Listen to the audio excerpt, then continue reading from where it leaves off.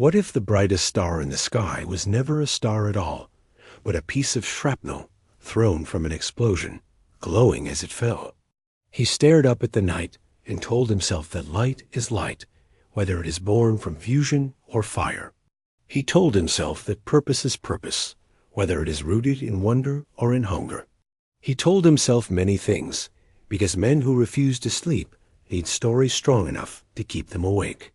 In this version of the story, the one meant to be heard in the dark, with the screen blank and the room held quiet, we begin with a boy under a southern sky, listening to a silence so large it felt like vacuum. He would later build machines for that vacuum and steel towers for the wind. And then he would try to bend language itself into a market. But before all that, there was only a boy who read until the pages thinned and the corners curled, who learned that computers were not merely boxes of parts, but doors, and that doors could be picked. He learned to code the way other boys learned to bruise. Lines of logic became a shelter with walls no fist could reach. When the noise at home rose, he vanished into loops and functions. When the classroom shrank around him, he let the cursor carry him away. The first small fortune arrived in the shape of a game sold for the price of a used bicycle, and the profits tasted like oxygen. There was a limit to how far a boy could run inside a country that taught him to measure people by gradients he despised, so he found a different map. The plan was never a secret. Leave, hustle, survive, repeat. The tickets were one way, the visas like stepping stones across a river whose current kept whispering, forward. North America was colder, but the air felt thinner, as if possibility had burned the oxygen into something more volatile. In rented rooms and borrowed offices, he shared with the hum of servers. He slept on couches, or not at all. He pitched a directory of the world to a world that didn't yet know it needed one, and when the listing money came, it came in a rush enough to buy time, which he promptly spent. Then a bank that wasn't a bank, a name with an X like a scar, a merger that tasted like compromise and victory in the same breath. Money piled like snowdrifts. He learned two lessons at once, that wealth allows you to hire the future, and that the future does not always obey. He said the word Mars out loud, not as a fantasy, but as a schedule.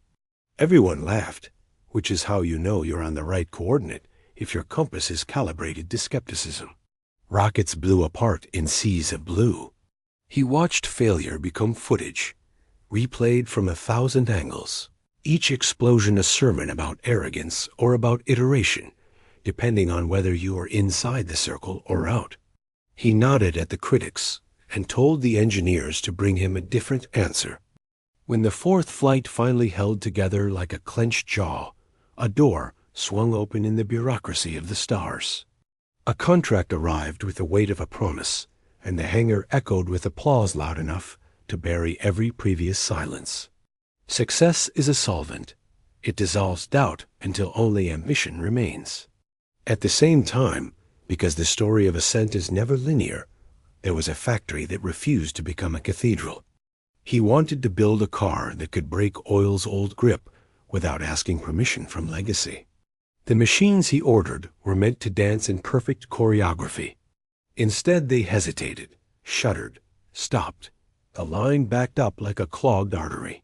He slept on the floor to feel the pulse better, ate where the forklifts idled, and told the world he was in production, held like a miner, describing geology with soot on his hands. And still the cars rolled out, too slowly until suddenly not slowly at all, and the market did its merciless calculus. The numbers changed, then the narratives. Shareholders swapped disbelief for impatience, then impatience for fervor. Once the curves bent up, they bent faith with them.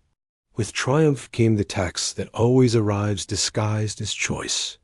He chose speed.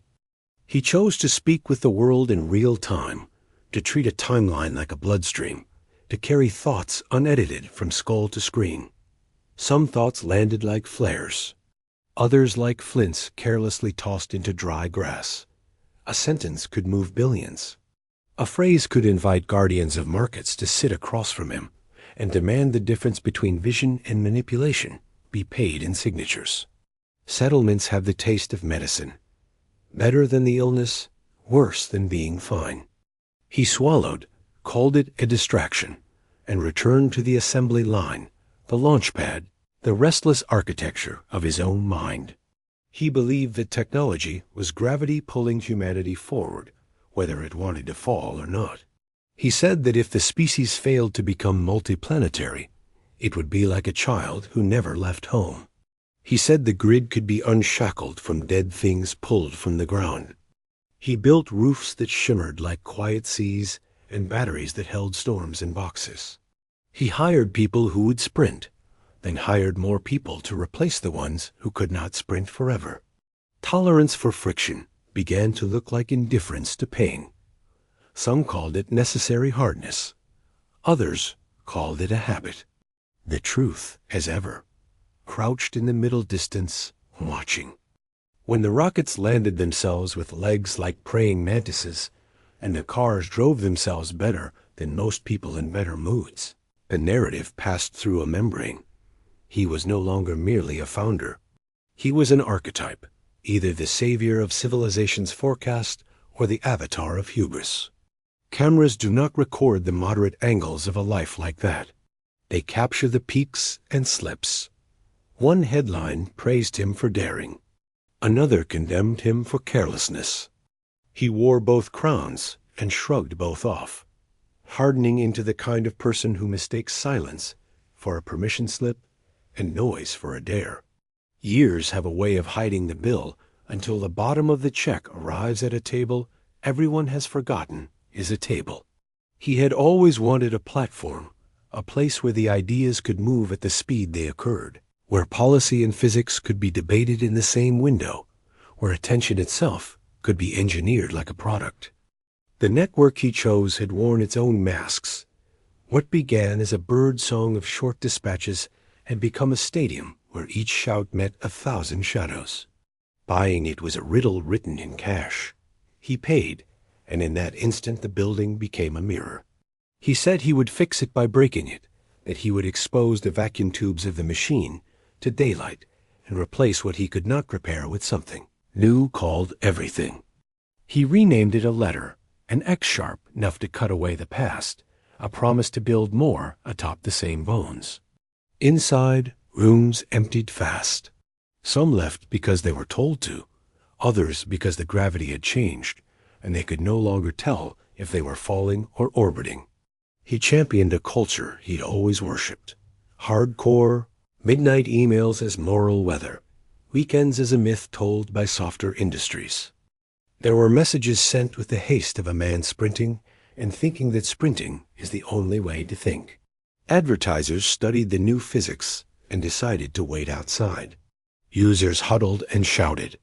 Some left and slammed the door and then kept shouting through it anyway. What was freedom to one person sounded like a frequency of harm to another. What was moderation to one sounded like censorship to another. He said the algorithm would be the new constitution, that trust could be built from transparency and steel nerves. The building answered with fluorescent hum and uncertain footsteps. He loved the nights most the hours when the city finally dimmed enough to hear the servers breathe. Alone in a corner office with too much glass, he looked out at a skyline he had nicked and dented with his own dreams. Factories in valleys that once built ships now built silent cars. Launch towers where gulls had nobody to chase now shivered with flame. Atop apartment roofs, a quiet empire of panels drank the sun. It should have felt like victory. It felt like altitude. He knew from rockets that the thin air near orbit tricks you into thinking you're weightless until the moment the fuel is gone. If there were secrets, they were not the kind you can store in folders.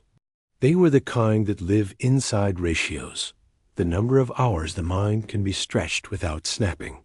The angle at which a vision turns from lighthouse to searchlight.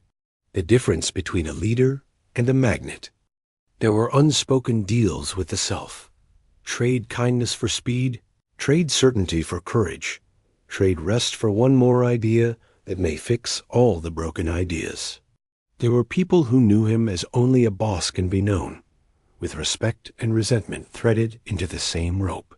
There were people who loved him and learned that loving someone whose first language is work requires an interpreter and a strong back.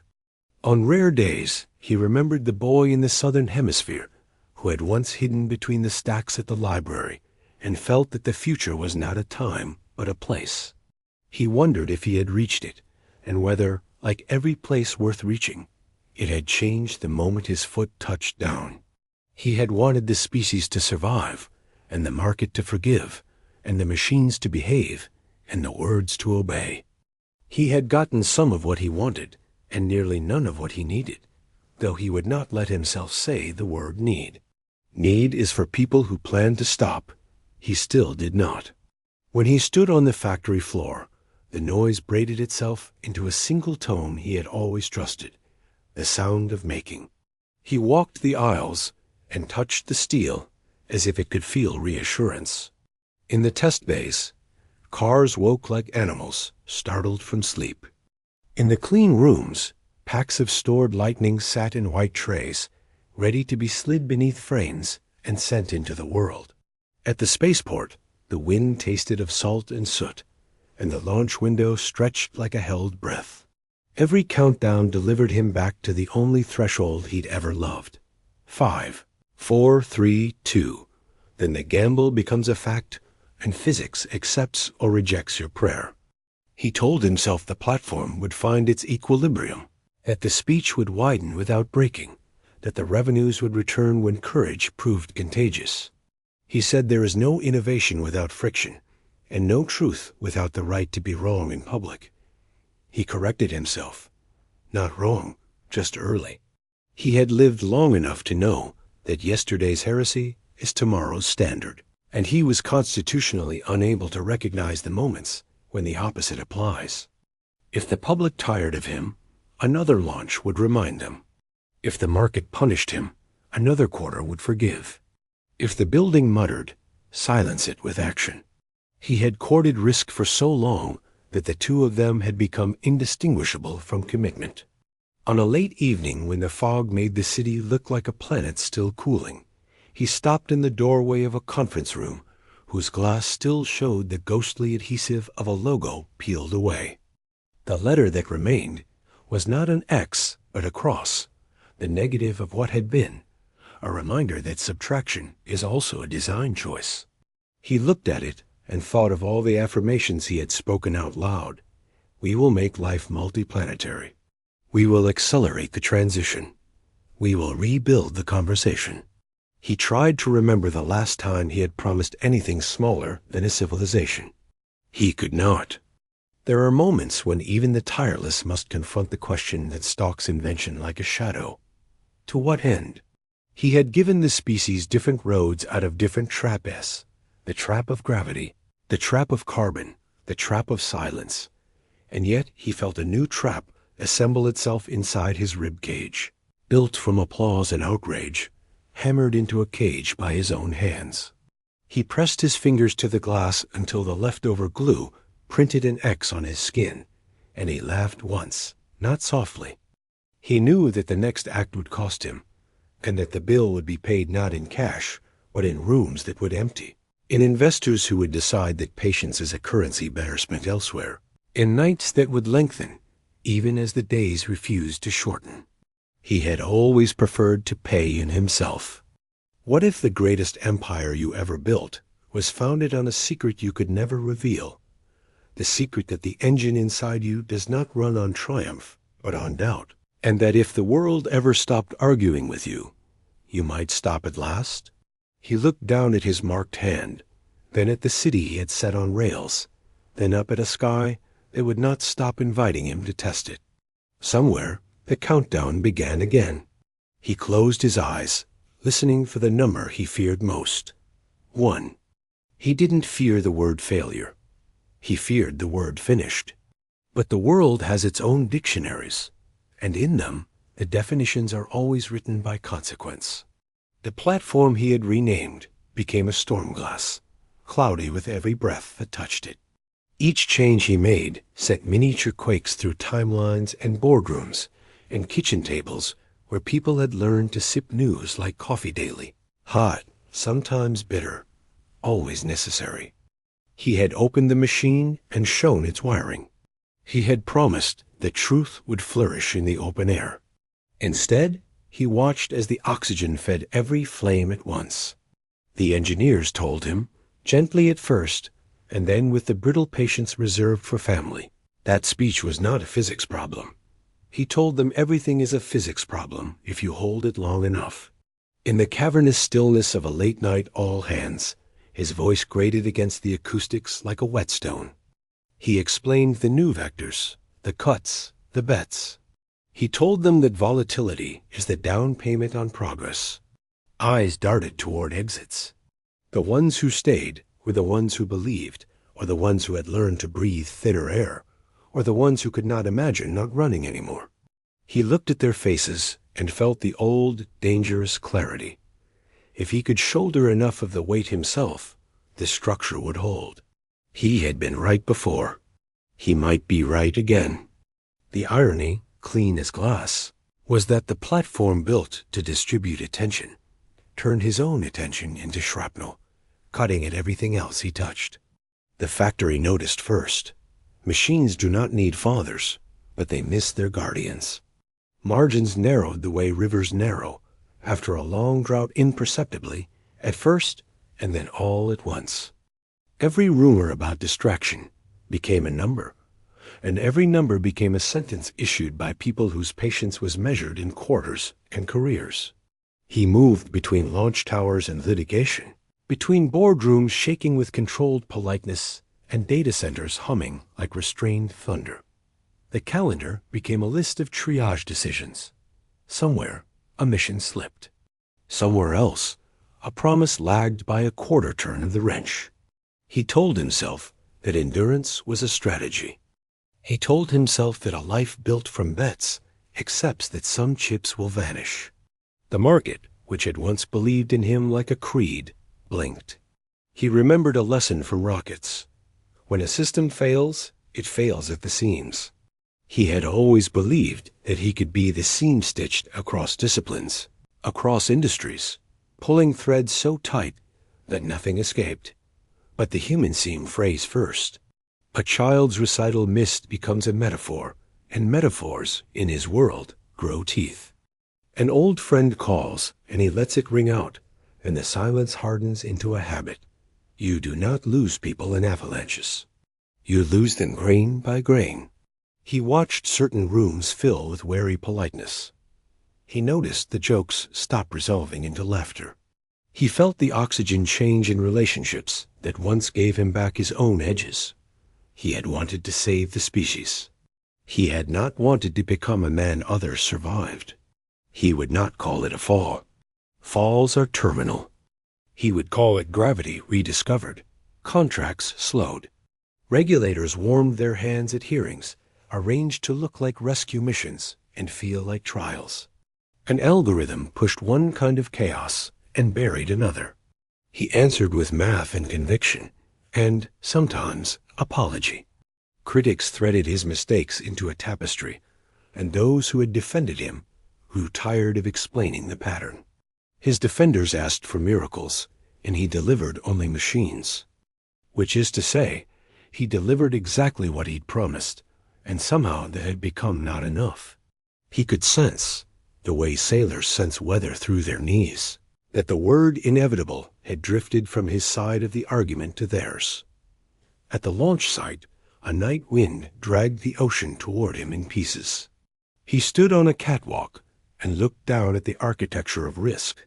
Struts, tanks, cables, valves, software layered like prayer on top of physics. He had always believed that risk was righteous if tethered to purpose. Now he understood that the world does not weigh righteousness. It counts casualties. He closed his eyes and saw a ledger. On one side, reusable boosters, strengthened grids, batteries in basements that kept neonatal wards bright when the storm bit through the lines. jobs by the thousands in towns that had forgotten the word future. On the other side, bruised reputations, burnt bridges, engineers who had sprinted past the red line and learned where bones creak before they break. A commons wired so tight it yelped. He had never claimed to be balanced. He felt the tilt. He did the thing he always did when the story threatened to right him, instead of the other way around. He went to the floor. He walked through the factory with his hands behind his back like a monk. He listened to motors and boots and jokes half told as forklifts passed. He stopped beside a young line lead whose badge still creaked with newness and asked about a bottleneck he'd seen in a chart, and she told him, quick and precise, that the software update had arrived 12 hours late and threw off the calibration. He said, "Thank you," and meant it. He sent a message, and the bottleneck dissolved by morning. The newspapers would not write about this. The market would barely feel it. But here was one stitch retied. He understood, with the floodlight clarity of fatigue. Empires are not saved by declarations. They are salvaged by 1,000 small obediences to reality. The platform, meanwhile, demanded spectacle. He tried transparency. The public wanted theater. He tried engineering. The public wanted confession. He tried silence. The public heard a dare. Every choice was the wrong audience for some audience. He discovered that free speech is not free time, that inviting the world to talk to itself means you live in the lobby of a hotel where the conference never ends. He didn't regret the purchase. He regretted the physics of attention. He could not bend that law. He could only decide what the law would cost him. He paid. Rooms kept emptying. Some who left were generous enough to send a final note. Others left by becoming someone else in his presence, a common, quiet evacuation he felt in the temperature of the air. If there was a breaking point, it announced itself without drama. A small failure added to a small failure added to a small failure, until one morning he read an email that should have been a warning the year before. "We can't ship this responsibly at the current schedule." No anger meant. It was a sentence shaped like a mirror. He stared at the words, then at his own reflection in the glass of the conference room, and saw a man composed of speed and ash. He convened a meeting and told them to slow down. The world did not applaud. It recalculated. Shareholders hate the word slow. Engineers love it. Users do not notice until later, when products feel less like demands and more like agreements. He absorbed the backlash and slept, not on a couch, but in a bed. For a few nights. The fall, if we insist on the word, was measured in invitation lists. Conferences he once headlined sent regrets. Investors who used to call first called last. A dinner that would have recalibrated a partnership took place without him. A photograph from it arrived on his phone without caption, cruel in its ordinary joy. He pressed a thumb to the screen and thought about how many rooms had once belonged to him by default. He walked outside, and the night felt heavier. Ambition, he finally admitted, can be a kind of weather system that makes deserts where forests stood. He had been a storm. He had also been the rain. He drove without a destination, which is a kind of destination, and found himself at a small overlook where the city fell away like a circuit board, lit and humming, indifferent. He sat with the engine ticking itself cool. For the first time in years, he allowed the thought he had always outpaced. What if your best work lives longer than you do, but your worst habits live louder? He imagined a boy in a southern library who had wanted to save the species. He imagined telling him that saving the species does not grant you the right to forget that species includes the person in front of you, the person next to you, the person you promised to be kinder to tomorrow. He felt the old resistance rise. Then he let it sink. He stayed until the dash clock rolled past an hour that would make the morning cruel. He did not retire. Men like him do not retire. They rephrase. He rephrased his calendar. The platform would survive or it wouldn't, and the way to influence that outcome was not to treat the fire hose like a flute. He put people in charge whose first language was not velocity, but stewardship. He stayed present enough to feel the temperature of the machine, but not so close that his heat warped the steel. He visited the factory, not as a talisman, but as a student. He spent time at the launch site without making proclamations, watching the younger engineers teach the newer ones to respect tanks, valves, code, weather. When a prototype failed, he did not tweet a sermon about perseverance. He went home and read the report twice. There were consequences that did not arrive in headlines.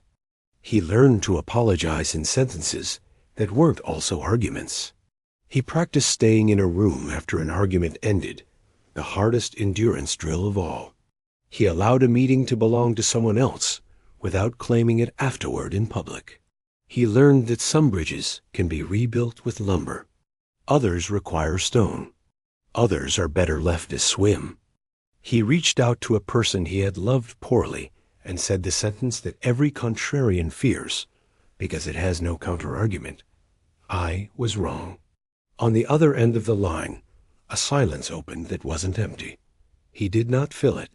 The silence did its work.